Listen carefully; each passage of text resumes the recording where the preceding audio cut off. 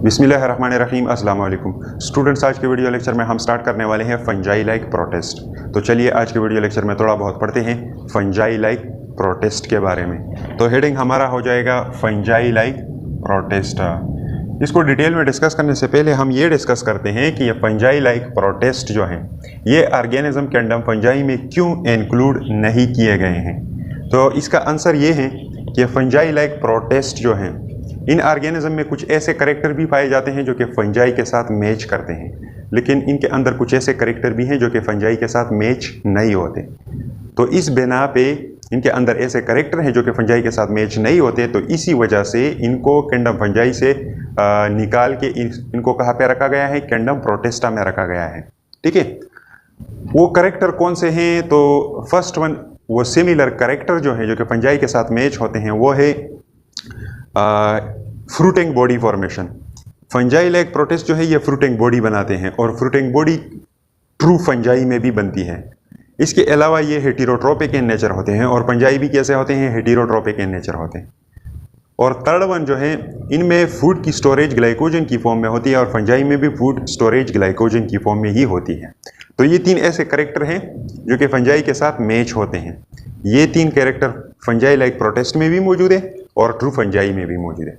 ठीक है, लेकिन इसके अलावा कुछ ऐसे कैरेक्टर हैं इन फंजाई लाइक प्रोटेस्ट ऑर्गेनिज्म में जो कि ट्रू फंजाई के साथ मैच नहीं होते। वो कौन से हैं? उनमें फर्स्ट वन है सेल वॉल। फंजाई का सेल वॉल जो होता है वो काइटिन से बना होता है और फंजाई लाइक प्रोटेस्ट के ऑर्गेनिजम्स को अगर देखा जाए तो इनमें बाज़ जगहों पे इनका अगर लाइफ साइकिल देखा जाए तो बाज़ जगहों पे सेल वॉल एब्सेंट होता है और बाज़ जगहों पे प्रेजेंट होता है, और जो प्रेजेंट भी होता है वो सेल्यूलोज से बना होता है, काइटिन से नहीं बना होता है। ठीक है, तो एक डिफरेंस सेल वॉल का है। इनमें सेल वॉल पहले तो है नहीं, अगर मौजूद है तो वो सेल्यूलोज से बना हुआ है। ठीक है, और ट्रू फंजाई का काइटिन से बना होता है। दूसरा पॉइंट जो है वो ये है कि फंजाई अपना फूड हासिल करते हैं ट्रू फंजाई एब्जॉर्प्शन के जरिए।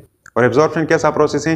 फंजाई जो है जिस जगह पे वो पड़ा होता है उस एरिया में डाइजेस्टिव एंजाइम रिलीज कर देता है और बाहर मटेरियल को ब्रेक डाउन करके उस ब्रेक डाउन मटेरियल को फिर एब्जॉर्ब कर लेता है। इस प्रोसेस को एब्जॉर्प्शन कहा जाता है। तो ट्रू फंजाई एब्जॉर्प्शन के जरिए अपना फूड हासिल करते हैं, लेकिन फंजाई लाइक प्रोटेस्ट ऑर्गेनिज्म जो है अगर इनको देखा जाए तो ये अमीबॉइड फीडिंग करते हैं। ऐसा फीडिंग करते हैं जिस तरह अमीबा होता है, ये चीज़ों को फेगोसाइटोस कर लेता है।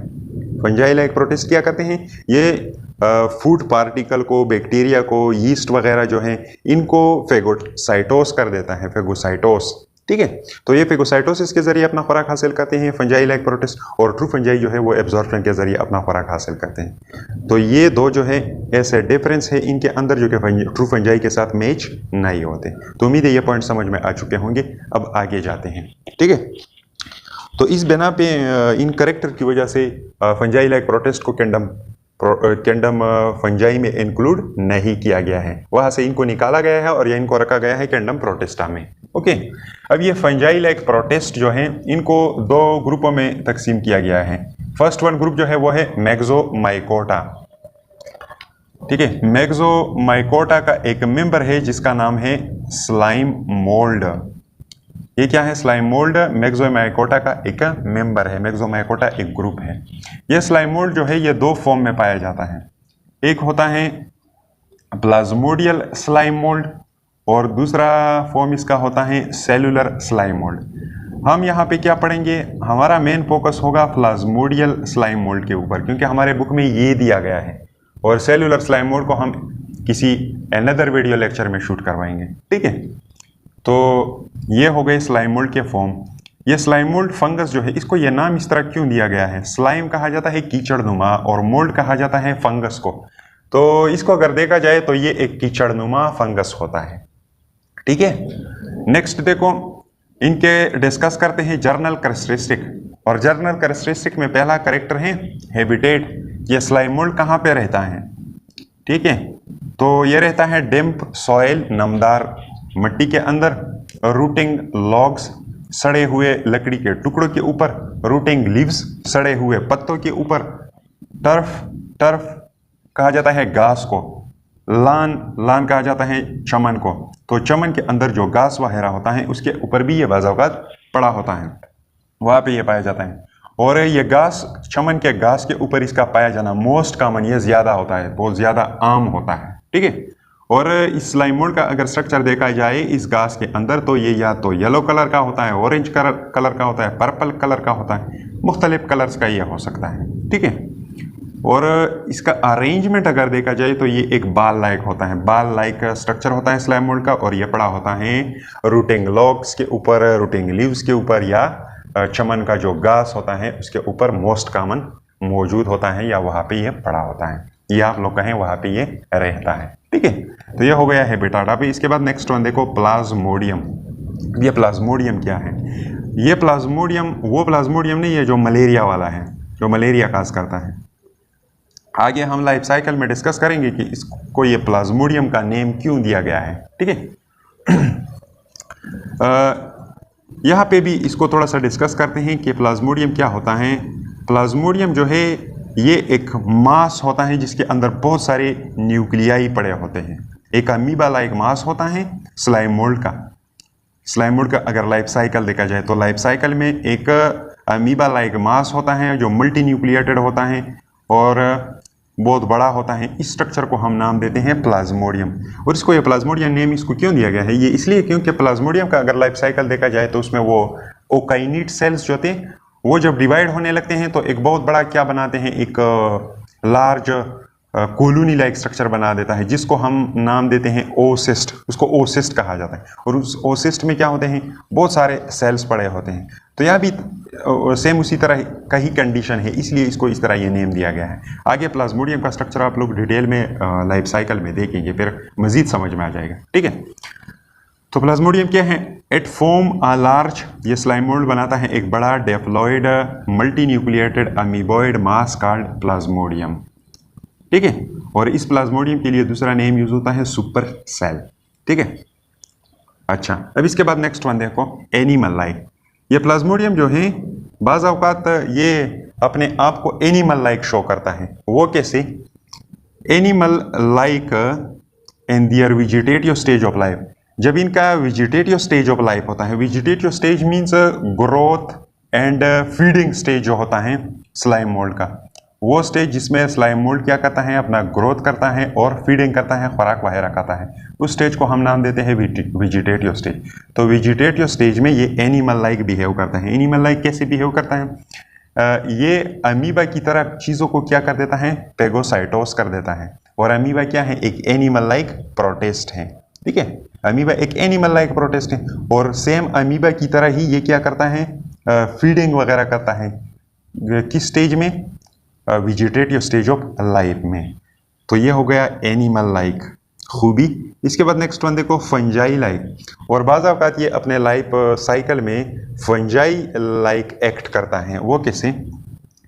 Fungi like in their reproductive stage of life. इनका अगर रिप्रोडक्टिव स्टेज देखा जाए लाइफ में तो ये फंजाई लाइक बिहेव करता है। वो कैसे? रिप्रोडक्टिव स्टेज में ये एक स्ट्रक्चर बनाता है जिसको कहा जाता है फ्रूटिंग बॉडी। तो फ्रूटिंग बॉडी जो होता है ये ट्रू फंजाई में डेवलप होता है।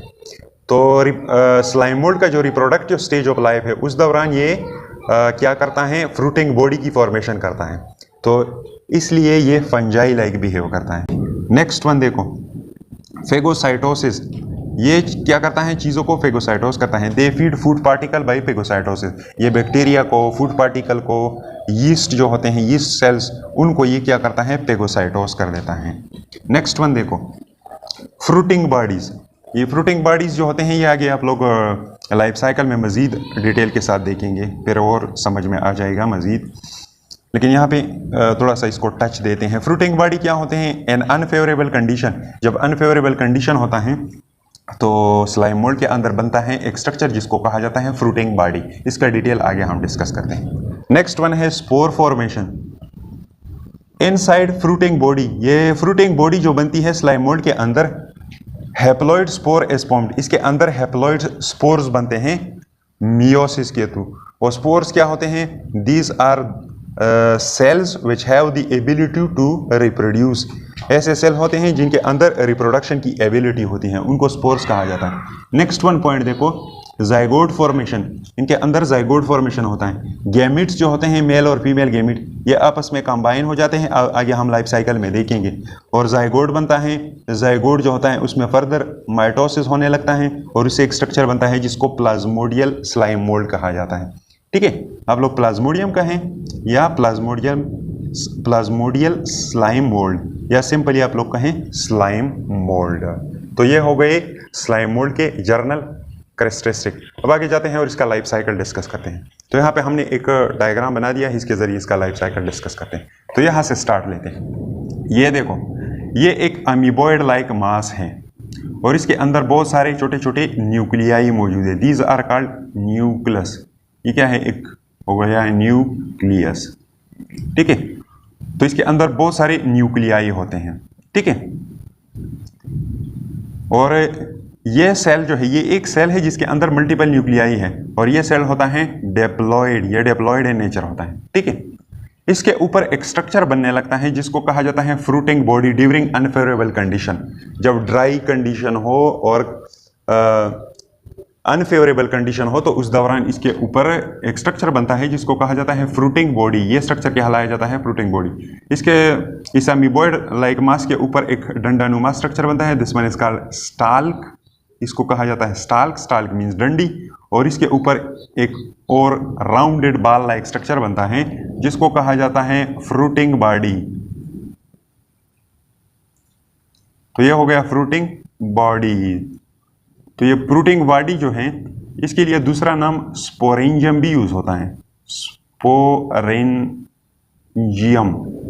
और मल्टीपल क्या हो जाएंगे, स्पोरेंजिया। ये तो हमने एक स्ट्रक्चर बना दिया, इसके ऊपर मल्टीपल स्ट्रक्चर बनते हैं। ठीक है, तो ये हो गया फ्रूटिंग बॉडी या स्पोरेंजियम और ये अटैच होता है इस अमीबॉइड लाइक मास के साथ with the help of stalk, एक डंडीनुमा स्ट्रक्चर के जरिए। अब आगे देखो, आगे यहां से हमने क्या कर दिया, ये फ्रूटिंग बॉडी निकाल दिया और इसको यहाँ पे अगेन ड्रा कर दिया। ये है वही fruiting body, amoeboid like mass के साथ अटैच है। ये हो गया इसका स्टाल और ये हो गया इसका फ्रूटिंग बॉडी। इस फ्रूटिंग बॉडी के अंदर छोटे छोटे सेल्स बनने लगते हैं। इसके अंदर सेल्स बनते हैं और ये सेल्स कैसे बनते हैं, यहाँ इस अमीबॉइड लाइक मास से यहाँ पे न्यूक्लियाई माइग्रेट होने लगते हैं। न्यूक्लियाई यहाँ पे माइग्रेट होने लगते हैं और वो न्यूक्लियाई जो होते हैं वो सेल का शक्ल इख्तियार कर देते हैं और फिर इन सेल्स को क्या कहा जाता है, स्पोर्स। तो यहाँ पे ये रेड डॉट्स जो है, these are basically cells which have the ability to reproduce और दीज आर कॉल्ड स्पोर्स। इनको स्पोर्स कहा जाता है। ओके, और ये कैसे होते हैं, ये भी डेप्लॉइड होते हैं। ये स्पोर अभी डेप्लॉइड है। इन स्पोर में आगे मियोसिस होने लगता है। ठीक है, ये हो गया मियोसिस, इसके अंदर मियोसिस होने लगा। मियोसिस जब इनके अंदर हो जाता है तो ये हैप्लॉइड हो जाते हैं और हैप्लॉइड होने के बाद जब ये स्पोरेंजियम जो है, जब ये पक जाता है और फेवरेबल कंडीशन मिल जाता है तो इसका रप्चर हो जाता है। रप्चर होने के बाद ये सेल क्या है, ये बाहर आने लगी, मीन्स स्पोर्स बाहर आने लगी। ठीक है, इसके अंदर स्पोर्स बन गए with the help of meiosis. पहले ये सेल कैसे थे, डेप्लॉइड थे, फिर मियोसिस इसके अंदर होने लगा, इससे बन गए स्पोर्स और ये कन्वर्ट हो गए हैप्लॉइड स्ट्रक्चर में। जब स्पोरेंजियम पक गया तो इससे बाहर आ गए स्पोर्स और ये स्पोर्स अब कैसे हैं, हैप्लॉइड इन नेचर हैं क्योंकि इनके अंदर क्या हो चुका है, मियोसिस हो चुका है।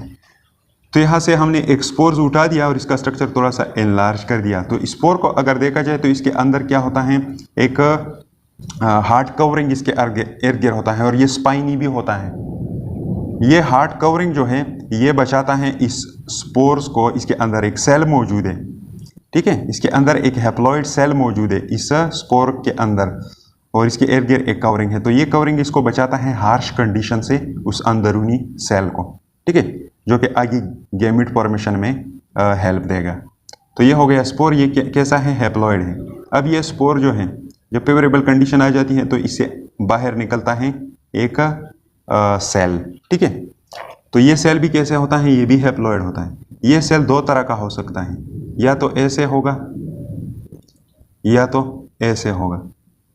ये सेल क्या है, ये गैमीट का शक्ल इख्तियार कर देता है। तो इससे गैमीट बनते हैं या तो अमीबा लाइक गैमीट या इससे बनते हैं एक फ्लैजिलेटेड गैमीट। और ये दोनों जो होते हैं अमीबा लाइक गैमीट और ये फ्लैजिलेटेड गैमीट, ये एंटर कन्वर्टेबल होते हैं, या आप लोग ऐसा कहें इंटरचेंजेबल होते हैं। इनसे ये भी बन सकते हैं और इनसे ये भी बन सकते हैं। ये फ्लैजिलेटेड गैमीट जो है इनके ऊपर दो फ्लैजिला मौजूद होती है, एक छोटी होती है और दूसरी लंबी होती है, एक short and another one is large. इससे बन गए दो गैमीट। ये गैमीट कैसे होते हैं? ये हैप्लॉइड होते हैं। यहाँ पे हमने दो बना दिए हैं, एक स्पोर से दो नहीं बनते, एक स्पोर से एक बनता है, लेकिन इस लाइफ साइकिल को एक्सप्लेन करने के लिए यहाँ पर हमने दो बना दिए हैं। ठीक है, एक स्पोर से बन चुका है और दूसरा दूसरे स्पोर से बन चुका है। इसी तरह ये फ्लैजिलेटेड गैमीट्स भी हैं, एक स्पोर से बन चुका है, दूसरा दूसरे स्पोर से बन चुका है। और ये भी कैसे होते हैं? These are also haploid. आगे देखो, ये दो हैप्लॉइड गैमीट्स जो हैं, एक ऐसा बिहेव करता है जैसा कि मेल और दूसरा ऐसा बिहेव करता है जैसा कि फीमेल। ये आपस में फ्यूज़ होने लगते हैं और फ्यूज़ होने के बाद क्या होता है? फ्यूज़ होने के बाद इसका स्ट्रक्चर कुछ ऐसा होगा। ठीक है, ये दो अमीबा लाइक गैमीट आपस में फ्यूज़ हो गए। सेम इसी तरह इनके अंदर भी यही कहानी है। ये फ्लैजिलेटेड गैमीट जो है, इनके ये सिरे जो होते हैं ये आपस में यहाँ पे अटैच होने लगते हैं और ये हो गए फ्लैजेला वाला एंड, इसका भी और इसका भी। इनका ये फ्यूजन जो है, this process is called fertilisation. ये प्रोसेस कहलाया जाता है फर्टिलाइजेशन। ठीक है, फर्टिलाइजेशन के बाद क्या होगा? फर्टिलाइजेशन के बाद इससे बनता है एक डेप्लॉइड सेल। ठीक है, इससे एक डेप्लॉइड सेल बनता है and this one amoeba like diploid cell is called zygote. इसको जाइगोट कहा जाता है। ठीक है, जाइगोट फिर कैसा है? डेप्लॉइड है, क्योंकि दो हैप्लॉइड आपस में मिल गए और इससे बन गया डेप्लॉइड। ये एक हैप्लॉइड है, दूसरा हैप्लॉइड है, तो हैप्लॉइड और हैप्लॉइड जब आपस में मिल जाते हैं तो एक डेप्लॉइड स्ट्रक्चर बनाता है। सेम इसी तरह कहानी यहाँ पे भी है, एक हैप्लॉइड फ्लैजिलेटेड गैमीट है और दूसरा हैप्लॉइड फ्लैजिलेटेड गैमीट आपस में कंबाइन हो गए, इससे बन गया एक डेप्लॉइड सेल जिसको कहा जाता है जाइगोट। अब आगे देखो, इस जाइगोट में आगे माइटोसिस होने लगता है, माइटोसिस। और माइटोसिस ऐसे होने लगता है कि इस सेल के अंदर न्यूक्लियस डिवाइड होने लगता है, लेकिन साइटोप्लाज्म डिवाइड नहीं होता। मतलब कार्योकाइनेसिस हो जाता है लेकिन साइटोकाइनेसिस नहीं होता। ठीक है, जब साइटोकाइनेसिस नहीं होता तो इससे एक लंबा एक अमीबॉइड लाइक मास बन जाएगा और इसके अंदर बहुत सारी क्या होंगे? Nuclei. Now this structure is called Plasmodium. This one is called Plasmodium. ठीक है, तो वो पीछे जो हम डिस्कस कर रहे थे कि प्लाज्मोडियम, तो अब ये कैसा है? एक अमीबॉइड लाइक मास है और इसके अंदर मल्टी न्यूक्लियाई मौजूद है, ये मल्टी न्यूक्लिएटेड है और ये डेप्लॉइड इन नेचर होता है, डेप्लॉइड। ठीक है, तो इस स्ट्रक्चर को हम नाम देते हैं प्लाज्मोडियम। ठीक है, जाइगोट में जब आगे माइटोसिस होगा तो माइटोसिस में क्रोमोसोम नंबर का रिडक्शन नहीं होता, तो ये जब डिप्लॉयड है तो फिर ये भी डिप्लॉयड होगा। ठीक है, अब आगे देखो, जब ड्राई कंडीशन आ जाती है तो ये प्लाज्मोडियम जो है, ये प्लाज्मोडियल स्लाइमोल्ड जो है, इसका ये साइटोप्लाज्मिक एरिया थोड़ा सा कंट्रैक्ट करने लगता है। ड्राई कंडीशन या आप लोग का है अनफेवरेबल कंडीशन। जब ड्राई कंडीशन आ जाता है तो ये थोड़ा सा सिकुड़ने लगता है। इस सिकुड़ने वाले स्ट्रक्चर को मैंने कुछ इस तरह बना दिया है कि अमीबॉइड लाइक मास है और इसके अंदर कुछ लाइन खींच दिए हैं। ठीक है, ये अभी भी क्या है? डिप्लॉयड है। जब सिकुड़ने लगता है तो इसके ऊपर फिर क्या होता है? फ्रूटिंग बॉडी की फॉर्मेशन हो जाती है और फिर यहाँ से न्यूक्लियाई माइग्रेट होने लगते हैं, इधर जाते हैं। ठीक है, और इनसे फिर बनते हैं सेल्स। इन सेलों में फिर क्या होता है? मियोसिस होता है और इनसे फिर बनते हैं हैप्लॉइड स्पोर। तो इसी तरह ये साइकिल कंटिन्यू रहता है। ओके, तो ये हो गया लाइफ साइकिल ऑफ दी प्लाज्मोडियल स्लाइमोल्ड। यहाँ पे मैंने एक लाइन खींच दिया है इस माइटोसिस से लेकर यहाँ तक फर्टिलाइजेशन तक। तो ये नीचे वाला पोर्शन जो है this one is haploid stage और ये ऊपर वाला पोर्शन जो है यहाँ तक this one is called diploid stage. तो उम्मीद है ये पॉइंट भी समझ में आ चुके होंगे। अब आगे देखो, यहाँ पे ये यहाँ से स्टार्ट लेते हैं। चलिए, ये जाइगोट है, जाइगोट के इर्द गिर्द सेल वॉल नहीं होता। यहाँ पे इसके प्लाज्मोडियम है, इसके इर्द गिर्द सेल वॉल नहीं होता। यहाँ पे देखो ड्राई कंडीशन में भी यहाँ पे सेल वॉल नहीं होता। यहाँ पे देखो फ्रूटिंग बॉडी की फॉर्मेशन जब स्टार्ट होगी तो यहाँ पे सेल वॉल प्रेजेंट नहीं होता इस सेल के इर्द गिर्द। यहाँ पे देखो आगे जब हम जाते हैं और इस फ्रूटिंग बॉडी में मियोसिस होने लगता है तो इससे जो स्पोर बनते हैं इसके इर्द गिर्द सेल वॉल प्रेजेंट होता है। और दूसरा ये कि ये स्पोरेंजियम जो है इसके इर्द गिर्द भी एक वॉल मौजूद होता है जिस तरह सेल वॉल। ठीक है, तो इसको भी हम सेल वॉल कंसिडर करेंगे। क्या है? एक वाल है जो सेल के इर्द गिर्द हैं। तो यहाँ पे भी क्या है, वाल है, यहाँ पे सेल वाल है, यहाँ पे देखो ये भी सेल वाल है। फिर इसके बाद गेमिट जो बनते हैं इसमें सेल वाल नहीं है, ठीक है। अमीबॉइड लाइक गेमिट के इर्द गिर्द भी सेल वाल नहीं होता, फ्लैजिलेटेड गेमिट के इर्द गिर्द भी सेल वाल नहीं होता। जब इनका फ्यूजन होता है तो यहाँ पे भी सेल वाल नहीं होता। तो कुछ स्टेजेस में सेल वाल प्रेजेंट है और कुछ स्टेजेस में सेल वाल प्रेजेंट नहीं है। और यहाँ पे जो सेल वाल प्रेजेंट होता है, this one is made up of cellulose not chitin. Okay, तो ये था थोड़ा बहुत मैक्सोमाइकोटा में जो मेंबर पड़ा हुआ है स्लाइम मोल्ड, इसके बारे में। उम्मीद है ये चीज़ें समझ में आ चुके होंगे। नेक्स्ट वीडियो लेक्चर में हम फंजाई लाइक प्रोटिस्ट का एक अनदर ग्रुप पढ़ेंगे जो कि हैं ओमाइकोटा। अगर कोई बंदा स्क्रीनशॉट वगैरह लेना चाहता हो तो मैं व्हाइट बोर्ड से हट जाता हूँ, आप लोग अपना स्क्रीनशॉट ले लें।